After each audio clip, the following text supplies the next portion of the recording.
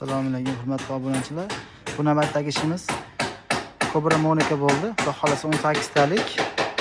Xonlar razmeri 480 7 metr uylay tayyorlab berdik. 18 talik. Simali oyog'i ham 3 talik. Xonlar razmeri 480 ga 120 bo'ldi. O'rtasida bir kiyishib bo'ladi. Ikkita akvariumlik tayyorlab berdik. Bu ishimiz Qarshiga ketyapti. Xudo xolasa Qarshini nishon degan tumaniga. Xudo xolasa shunaqa ishlar kerak bo'lsa aloqaga chiqarasizlar.